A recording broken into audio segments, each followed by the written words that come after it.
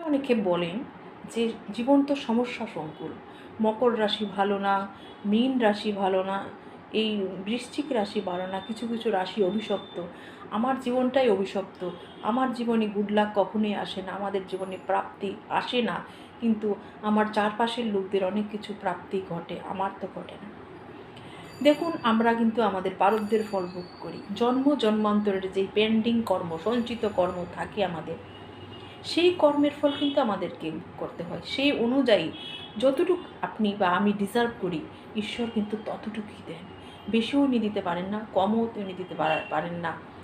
সুতরাং আমরা যখন যা কিছু পাচ্ছি তা নিয়ে ঈশ্বরের কাছে কিন্তু আমাদের ভীষণভাবে কৃতজ্ঞ থাকা প্রথম দরকার।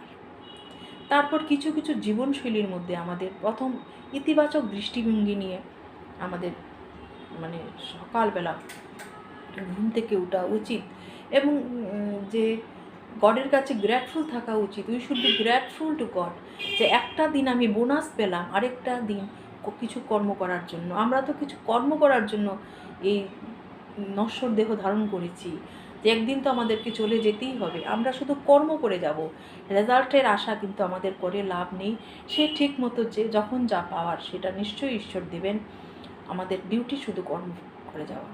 আমাদের প্রথম দৃষ্টিভঙ্গি এটা হওয়া উচিত। তাহলে কিন্তু হতাশা আমাদের মন থেকে কিন্তু 60% কমে যাবে। আপনি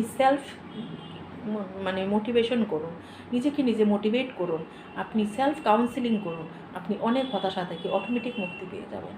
বাড়ির ক্লিনলিনেস মেনটেন করা ভীষণ দরকার। প্রত্যেকটা জিনিসকে অর্গানাইজড করে রাখা, গুছিয়ে রাখা। আমার যেমন বাড়ি হোক না কেন, আমার হতে পারে রাজপ্রসাদ কিংবা পর্ণকুটির, ইট ডাজন্ট ম্যাটার, কিন্তু আমি আমার বাড়িটাকে কতটা সিভিল সেন্স, আমার ভদ্রতা, সভ্যতা, আমার রুচি কতটা প্রকাশ পেল আমার বাড়ির প্রতিটি ছত্রে ছত্রে কোনায় কোনায়, সেটা কিন্তু ম্যাটার করছে। সুতরাং আপনার সেই দৃষ্টিভঙ্গি যদি নিয়ে আপনি আপনার বাসস্থানে থাকেন, সেটাই কিন্তু স্বর্গে পরিণত হয়, আমার দৃঢ় বিশ্বাস।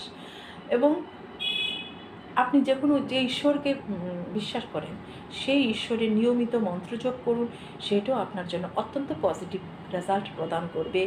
বাস্তুশাস্ত্র মতে, অ্যাকর্ডিং টু বাস্তুশাস্ত্র, যে নর্থ ইস্ট কর্নার, যে আমাদের ঈশান কোণ সবসময় ক্লিন রাখার চেষ্টা করবেন।